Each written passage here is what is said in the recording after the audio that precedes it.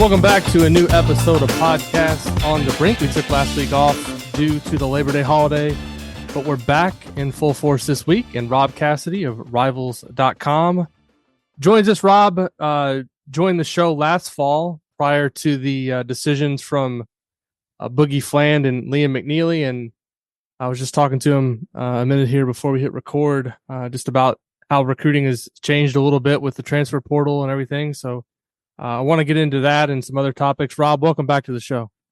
Hey, thanks for having me, man. I appreciate it. I see we both got baseballs in our background, mine being an art piece and yours being signed balls. Who are they from, man?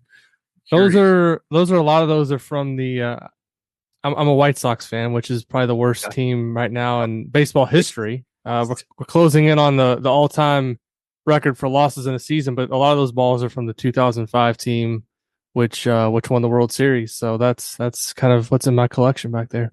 Well, I'll tell you what, man, I'm a Mets fan. So we currently hold the record for the most losses in a season that you guys are about to break. So good luck with that. Yeah, it's I can proudly say I've not watched much White Sox baseball this season. There's not been much to pay attention to, but obviously you cover recruiting full time over at Rivals, and I just kind of want to start out with kind of a big picture thought from you just on how recruiting has changed with the transfer portal. I would say, if we were sitting here in, let's say, 2018 at this time and Indiana had no commitments in its recruiting class, I think a lot of people would be pressing the panic button. But now with kind of the transfer portal to fall back on, maybe not as much emphasis on recruiting in the fall as there once was. Not to say that Indiana doesn't want to land some of these kids, but how has, in your mind, how has the portal and kind of having that as a fallback option changed how these schools navigate recruiting in the fall like it used to be? Yeah, I think it's a safety net more than anything. It used to be that if you poured all these resources into your top one or two targets and missed on them both, then you were scrambling because your third option was already committed, whatever. Now you don't really have to have a third option. You can kind of wait to see how everything shakes out. And recruit through the portal. There are coaches, like if you watch St. John's right now, I've talked to coaches there, and I don't think they would mind me going on record saying this. They don't intend, unless something happens, to take a single high school player in the 2025 class. They're not recruiting high school kids. They're recruiting internationally, and they're recruiting in the portal. And that's the St. John's strategy, whether or not that's right or wrong. But I think you'll see some schools at that level. Obviously, Indiana won't ever take that strategy. They've got too much of a brand and too much of an NIL war chest, and just they can get guys. But I think you'll see if they miss on a guy, let's say they miss on their top targets. Is it better to wait for the portal, or is it to take option number 4 that you really don't want anyway?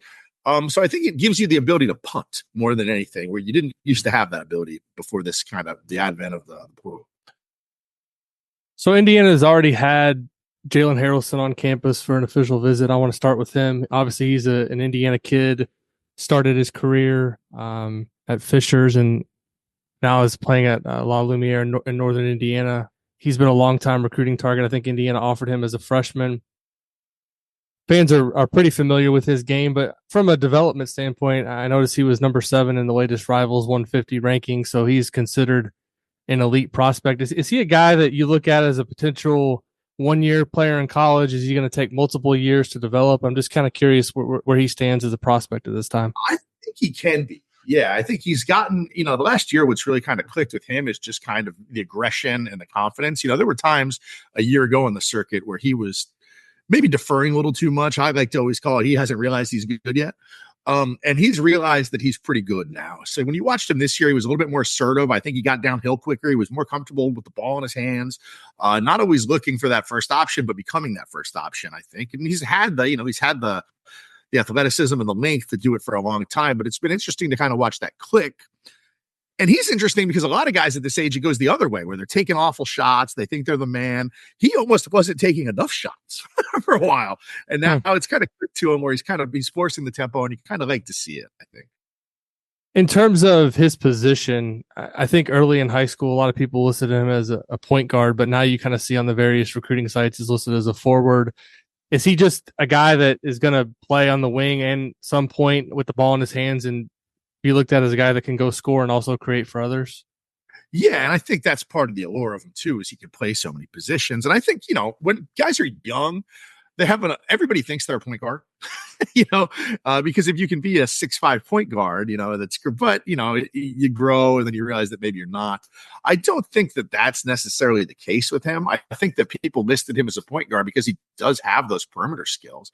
But I think what he does bring to the table now is, the ability. He was looked at as kind of a facilitation first guy 2 years ago, like I mentioned earlier, where he really wasn't attacking the basket. Now that he's doing that, I think he's shown some versatility. Maybe he doesn't handle it as well as some of the elite point guards in this class either. But, I don't necessarily think that's a knock on him because of all the other things he does, with the length. You mentioned he's listed as a wing. He can defend 3, maybe 4 positions, depending on what the other lineup looks like. And he's really become, I think it's kind of a compliment to him that more people are listing him as a forward now, just because I think it's indicative of all the different things he can do on the floor. Indiana got the first crack at hosting him for an official visit this fall. I think he just recently went to Notre Dame. I think Michigan State's also in there. What schools do you hear kind of the most mentioned with him? And in your eyes, how important is he for Indiana in its 2025 class? I think he's, you hear Indiana and you hear Michigan State the most with him right now. Now that could change. And I think he's of second most importance. I think Mullins is A1 right now. I think they almost have to get him just from a public perception standpoint. And I think Harelson would be too. I think that when you get gifted these kind of players in your backyard and you get in early on both of them, really, Indiana was identified, especially Mullins. Indiana identified Mullins before the North Carolinas of the world and everybody else got involved, and they had a little bit of a head start. Indiana is supposed to recruit its backyard. That's what Indiana basketball is supposed to be about. It's supposed to be different there, right? So these are the battles you have to win, I think, if you're Mike Woodson, because it doesn't happen every year. With Mullins, obviously he had a big rise over the spring and the summer.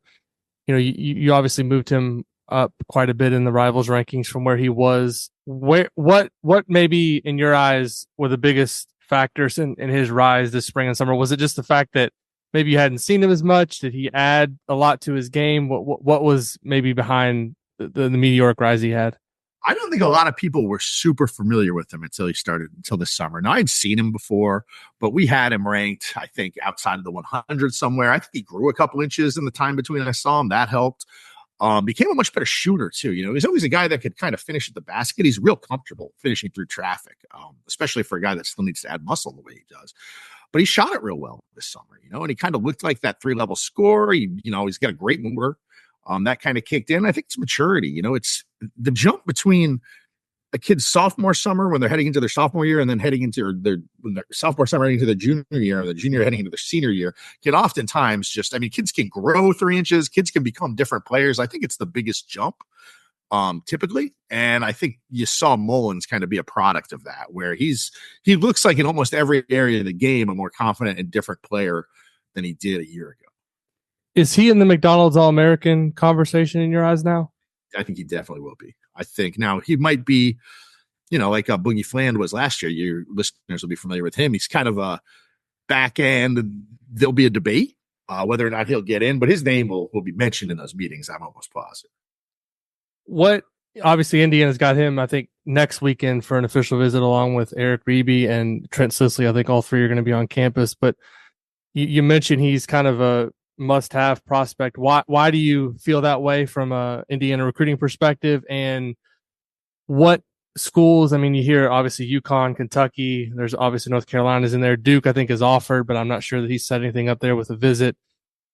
Where do things stand in your eyes in terms of his recruitment in the schools that are maybe the most likely to land him?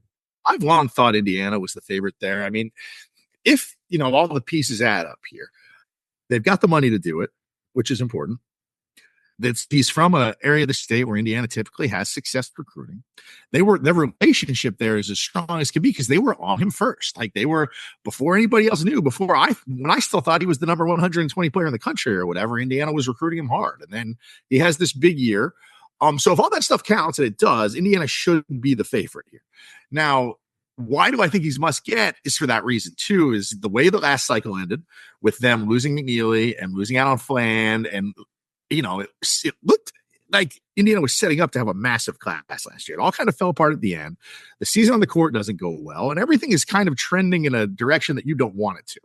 So this is a chance to save some public perception, maybe inspire some optimism heading into the season. Now, if they get him and they tank and have a bad year, it's not going to matter anyway, because then Mike Woodson's seat gets hot no matter what. So that matters more than anything. But any chance you get to score a PR win when grumbles are starting to happen, you need to take. And this feels like a really good opportunity to win a recruiting battle against some heavy hitters and prove that Indiana under Mike Woodson is capable of standing toe to toe with these guys and slugging it out. Is he a plug and play, like from day one guy that's going to come in and play a ton of minutes? I mean, a lot of programs now with freshmen, it's harder maybe than it was 5 or 10 years ago to get on the court immediately. But in your eyes, how impactful can he be from day one? Yeah, I think just because of the shooting ability and the length and what he can give you on defense will allow him to get minutes right away. Now, will he be a starter star? Maybe not. He might be a 2-year player until that kicks in. But will he be a rotation player and possibly a starter? Yeah, I think the talent's there for it. He does enough things to keep himself on the court. I think when you get guys like Mullins who, their calling card is kind of being able to score the ball and shoot it. A lot of times when they're young, they don't do other things real well. There's not a lot of peripheral talent, but there is with him. He's a pretty good positional rebounder. He's going to defend enough to keep himself on the floor, and that's kind of what you have to do as a freshman, especially in the Big Ten. So yeah, I think he can play some big minutes and be a factor for the Hoosiers right away if he decides to go there. The third Indiana kid from this group who is obviously an Indiana native, no longer playing high school basketball in Indiana, much to the surprise to I think a lot of people in Southern Indiana. Trent Sisley, who played his first 3 years at Heritage Hills, a smaller school, and obviously Southern Indiana. You don't see those kind of kids typically leave the state and go to a prep school, but I think he went to Montverde Academy down in Florida for the opportunity to maybe play some better competition and get pushed, get ready for college. He's down there now. Just recently visited Purdue, has an Indiana official visit coming up. I think the other schools in the mix there are Notre Dame and Michigan State, but it feels like an Indiana-Purdue battle to me. What are you hearing on Sisley and his impact maybe at the college level? Yeah, he's one that we kind of talked about before. You and I talked about right before he came in there that it's been a little quiet out of his camp recently. He's got that Purdue visit. I wouldn't be surprised if he landed at either one of the two in-states. I don't know. For him, as compared to Mullins, I think it's going to take a little longer before he's ready to really make a name for himself, but he is a guy that long term has the potential to be a good player. I think a really good player, and is a really good player, really good high school player. But he's just not as polished peripherally as Mullins. Like when he's not scoring, he's not really impacting the game right now. He's a decent rebounder and he's got a decent body. I thought he took some steps this summer playing, for the Adidas circuit where he played Indiana Elite, I believe. Yeah, he played with Mullins. Yeah. Indiana Elite on Mullins' team. It's kind of overshadowed by Mullins and Moreno and some of the other guys on that team. But, he had his moments. And, seeing those flashes are typical of a guy his age, and once he puts those flashes together and makes it an extended, I don't know what we're looking for, an extended skill set, I guess. Yeah. That's kind of what you're looking for from him is the consistency, because it's not there yet, but it's not there with a lot of kids yet. So, yeah, the other four guys really that Indiana's going after, at this point are kind of more national recruits, and all of them are pretty highly ranked and have no shortage of suitors. I just kind of want to go down the list, maybe based on where they are in the current rivals rankings. Nate Ament, who Indiana visited this week, obviously an East Coast kid. The first step, I think, for Indiana to even have a chance would be get him on campus. As of now, I don't think there's any official visits scheduled. I think they're trying to get him on campus. Went and visited him this week. What can you tell us about him as a player? Obviously ranked inside the top 10, so he's looked at as a McDonald's All-American, potential one and done type player. But what's the scouting report on him, and where what schools are you hearing most often for him at this point? So he's one that we were always pretty high on. I think I had him inside the top 20 last year at this time, but he skyrocketed because he was always one of those guys where you looked at him like, okay, if he ever puts this together. And it took him a little bit longer than some to do it, but this summer it really started clicking and the potential turned into production. And he's got the length. He's a modern floor stretching forward. You can play him at 3, you can play a little bit of 4 even if you wanted to. He shoots it. And did a lot of really, really nice things this spring and kind of became the guy that everybody kind of hoped he would be. As far as the schools involved, everybody thinks he's going to stay pretty close to, when you talk to people, he's going to stay pretty close to the East Coast. Virginia is really heavily involved. Some people get them as the favorite. Duke and North Carolina are both involved. I see it as a Duke, Virginia. He's talking to Virginia Tech, but I don't know how serious that's ever going to get just because of the level at which Virginia Tech usually recruits. But those are kind of those Maryland, Carolina-based schools are kind of looked at as the favorite right now. Who knows if he gets on campus in Indiana, if that changes. But for right now, I would think that they're fighting an uphill battle on that one. Mikel Brown Sorry, Mikel Brown. Might want to make sure I pronounce that correctly. Played at Overtime Elite last year, was one of the stars of that league, but now has transitioned to a prep school down in Florida. Indiana also visited him. I think he's got an official visit set up for this weekend in Bloomington. From what I've kind of gathered there, this recruitment doesn't feel like it's progressed very far just in terms of a decision. What have you heard with him? And it seems like that maybe this one's headed to the spring or maybe a little bit later in the cycle before a decision's made. Been a super interesting one. And he's one that's completely unpredictable because 4 months ago, his dad reached out to me and was like, hey, he's going to reclass. And I was like, okay, he's going to reclass. And then it just never happened. And I guess they left Overtime Elite because he wasn't progressing towards the reclass. And now the reclass isn't going to happen. But for a while there, the thought was he was going to reclass and go to Alabama. I think that affected the Alabama stuff when the reclass didn't happen, and if they looked at, they thought he was going to be a 24, but now he's still going to be a 25. So I think that opens the door for Indiana. They've always wanted to visit there. There was an original plan that they were going to go to the Indy 500.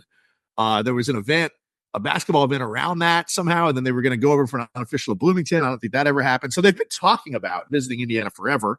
Now it looks like it's going to happen. I think there's a chance that if they get on campus there, Indiana can really make some inroads. I think Texas is he's got an official visit scheduled there too. I think after the Indiana visit, they're going to be one to watch there. Alabama may or may not still be involved with the reclass stuff. I haven't really been able to confirm that, but yeah, I think you were right when you said it hasn't really progressed yet, because until 4 months ago, his dad and him thought he was going to be a 2024 kid. So there's kind of been a reset, and now they're kind of, trying to figure out what they're going to do as far as staying in the class of 25.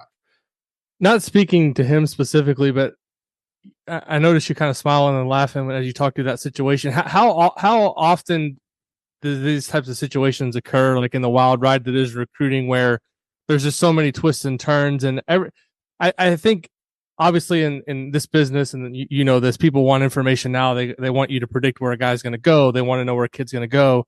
And I try to explain to people that it's so fluid. I mean, we're talking about 16, 17-year-old high school kids. I'm just kind of curious, just from a big picture perspective, how hard it is to kind of keep track on some of these recruitments and where these kids are going to end up. Not only is it hard, it's gotten harder with the advent of NIL, because now it's like, you can talk to a kid or his dad or his NIL agent or whatever, and they can tell you, okay, it's going to be one of these two schools. And then school C misses out on their top target and all of a sudden offers $300,000. Well, all of a sudden school C, who wasn't involved 2 weeks ago, is now the front runner. It's hard. And then with the reclasses and the transfers and everything else, everybody's watching the portal at all times, so they don't want to commit too early. There'd be more moving parts have happened, I guess. So it's made figuring out what's going on exponentially harder, because, 1 minute a kid's a junior, the next minute he's a sophomore, and that changed everything. And it's, and then they transfer prep schools, and now he's in Florida. The Florida schools like him because he's close down there, and he's going over for official visits at FSU. And it's very, very hard to track. It's exciting. I like it to an extent. It frustrates me at times, but keeps me on my toes. No day is ever boring around here. I'll tell you that much. Bryson Tiller is another guy that played at Overtime Elite, is still going to be there for his final high school season. He actually took an official visit to Indiana last season for the Kansas game. Indiana played really well that game, just came up short. But it doesn't seem like Indiana is going to get a chance to get him on campus again before he makes a decision. Where do things stand with him in your eyes, and what kind of prospect is he at the next level? He's one that is kind of, I don't want to say he regressed, but he hasn't progressed as quickly as I hoped he would, I guess. He's still a good player. This is nitpicking, obviously. It's not me saying he's bad. He just hasn't. I figured by this time that he'd be a little bit, his body would be a little bit thicker, especially being Overtime Elite. I haven't seen him in a few months, though, so it's possible that he's beefed up a little bit. But, he's got the length. He can shoot it. And when you can do those two things, it gives you a chance. And that's why we have him so highly ranked. It's like he does the two things that are the hardest to teach. He has the length, he plays defense, he shoots the hell out of the ball. And you can do those things. You can give yourself a chance if the rest of your game develops, and it may. As far as where he's going, that's a tough one too. Overtime Elite, kind of with some of the kids, limits their contact with the media, which I understand. Some of them are bogged down. I would, I haven't checked in on him in 3 months, probably 3-4 months. But the last I did talk to them about him, I know that they were talking about Indiana as a serious player. I don't know what the rest of his visit schedule is like. I don't have it in front of me right now. But I know at a time, at least, Indiana was seen as a player for him. Probably still are. Last guy I want to ask you about, Eric Reby, who is kind of exploded onto the scene. I think he's an international kid. Visited, I believe, Kansas and UConn recently. I think Indiana's coming up later for an official visit. I know Creighton, I believe, was another school that got a visit from him. What makes him so intriguing as a prospect? And obviously, you can't teach the size and the versatility I think that he has, but it seems like UConn and Kansas, kind of with their track record with big men in recent years, maybe have a little bit of an inside track on there with Indiana with some ground to make up going into the visit. Yeah, it was interesting with him because Creighton, it's kind of like Tiller. Sorry about that. It was kind of like Tiller with Indiana, where he visited Creighton pretty early. I think either last year or early this year, January or February, and they were kind of looked at as the leader. And that kind of fades. He goes to Kansas, comes off the Kansas visit, and immediately cancels 2 visits. Cancels North Carolina, and I can't remember the other one. Cancels Kentucky, I think, because they got Moreno. So everybody's looking at Kansas like, oh, they're the leader, but he keeps some on the schedule. Bill Self goes and visits him on the first day of the period. So I think Kansas feels good about where they are. I don't know anything about where he's going, but I do know that Kansas is optimistic. Now, whether that optimism is misplaced or not, who knows? I love the kid, though. Just even as a person, like the kid, he's fluid. He gets up and down the court incredibly well for his size, shoots it. He's a modern day big man. You play him as a stretch 4, you play him a 5. He is one of these kids where every time I see him, we play Tell Me the Thing That Surprises You About Living in America this week. And he's got this very dry sense of humor. And he'll start going into talking about fast food and whatever else. And I like getting his observations. I think that whoever does get him, if it's in Indiana, they will have somebody that's going to be very good with the media that fans will love just for his dry German, sense of humor. Big picture, what's a best case scenario for Indiana with this class in the fall? Realistically, I mean, 2 or 3 guys. Is that? I mean, I don't think you'd want to sign more than that from the high school recruiting class, right? I think that if they can get 2 of Mullins, Sisley, Tiller, that's a win. If they can get 2 of those 3, and I think it's and even if they get 1, but what you can't do is miss on Mullins. I mean, it just seems almost gift wrapped where, hey, here's a kid in the area of the state that you guys do awesome at. You were in on him first. He likes your coach. You have the money to get him. To lose him, and especially losing to Kentucky after Moreno would just be demoralizing, I think. I just think they got to get him. I think if they do get him, then it can be a measured success, and anything after that is kind of a bonus. When you kind of look at the roster that they have and what they could pick up in the portal, they've got those 2 guards that transferred in that could be around. I don't know. I think that they got to get him, and if they miss him, then the groans should get louder. If they get him, anything else, I think is a little bit of a bonus. But you can't let Moreno go and then watch Jasper go. I mean, they weren't too into it with Jasper. But you can't watch Moreno go to Kentucky under a new staff. You finally get Calipari out of there, and then Mullins does it. That would chat me, I think. I mean, what if they were to get Harelson rather than Mullins? That'd be fine too, right? I think that's fine too. I forgot about him. I think if you get 2 out of the 4, Haralson, Sisley, Mullins, Tiller, then you've done well, I think. And then you can play the portal game because you've got 2 guys that are going to help you. So yeah, I think that's where I would put that. Last thing I wanted to ask you about, and just because I get a lot of questions about this overtime elite specifically, what's the level of competition that those guys are playing there in terms of the games and from an evaluation standpoint? When you're can you get a lot out of watching that as compared to like the EYBL, or how different is it? It's the way that that's set up is a little bit odd because they've not really pigeoned themselves, hold into what they are. So some kids live on campus there and play in the league. Other kids play in the overtime elite league for their high school. Like this is so confusing to somebody that doesn't live in this insane world. Like Calvary Christian in Florida is a high school. They play a high school schedule, but then they play an overtime elite schedule.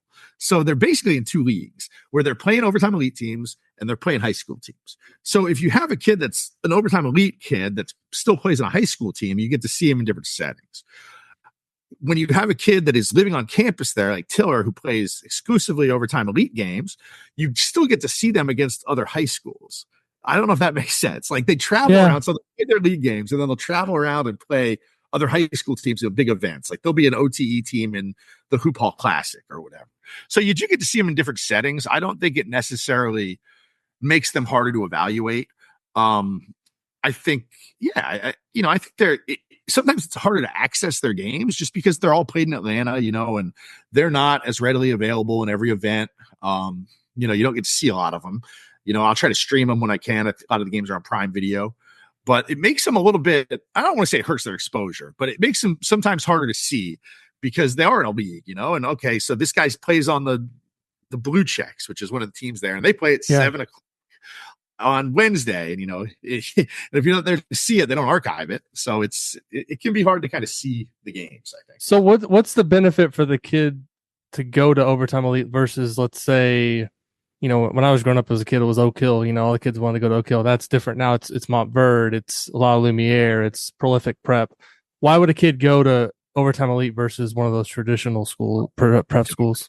To be honest, it's like I'd say it's a litany of things. Like, they've got some good coaching there with guys that have, they've got the facilities, they've got, like an IMG, but also, whether you like it or hate it, it is a reality show there. And they are very focused on building brands. I think a knock on them that is not necessarily my knock, but when you talk to people about it is sometimes they put the brand building over the basketball. I don't know if that's true or not, but that's said about them. So kids like that, they're trying to monetize these kids' brands. They go in there, they're allowed to pay them outright, because it's typically a pro league. They're allowed to give them NIL money. They're allowed to, they put them on TV and they put their Instagram handles on their jerseys and they kind of push their personal brands. And for better or for worse, kids love that these days. And, it is an important part of the name, image, and likeness process. And they stress it. And some people, some parents and some kids love that. And some kids, it's not for them. That's why you kind of see some kids go there and some kids kind of shy away from it. But it's going to come down to really how they do in the draft, man. They're starting to put kids in the draft. They haven't developed an NBA star yet. But they're still trying to do that. And I think if they do, then more kids will start paying attention. They had the Thompson Twins, right? That was kind of their first big. But the Thompson Twins haven't really panned out to what we thought they were going to be in the NBA yet.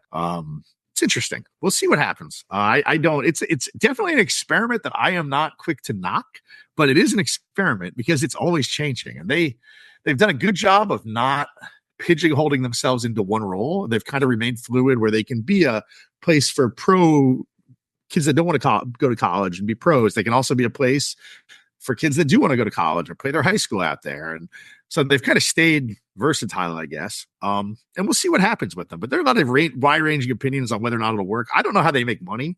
That's the one thing that I've always wondered. Obviously, they are because the doors are staying open. But, eventually they're going to have to make money on the back end because I don't think a lot of people are buying tickets to watch their games. Yeah, maybe something with the streaming, but I would think that would be more of a thing for them to just have a place to get their games distributed as opposed to Amazon actually paying them anything notable for those games. Generating like viral clips in practice, but how much do you really make off of platforming stuff? If you get a couple 100,000 views on Instagram, I don't really know what that's worth because I'm not in that world. So there's definitely a revenue stream coming in that way, but how much that is, I don't know. Right, for sure. Well, Rob, thanks for taking the time on this Thursday morning to help us talk through some of these storylines for Indiana basketball recruiting. It's going to be a fascinating couple of months as we lead into. I guess it's still not. Is it? They still signed the national letter of intent, right? I heard that might be going away too, right? Maybe going away too, but for now, it's it's not fax machines anymore, which is too bad. I miss those. Yeah. Thanks as always for everybody, to everybody for listening to Podcast on the Brink. If you enjoy the show, leave us a rating or a review on Apple Podcasts. Leave us a 5-star rating over on Spotify, and we'll be back soon with another episode of Podcast on the Brink.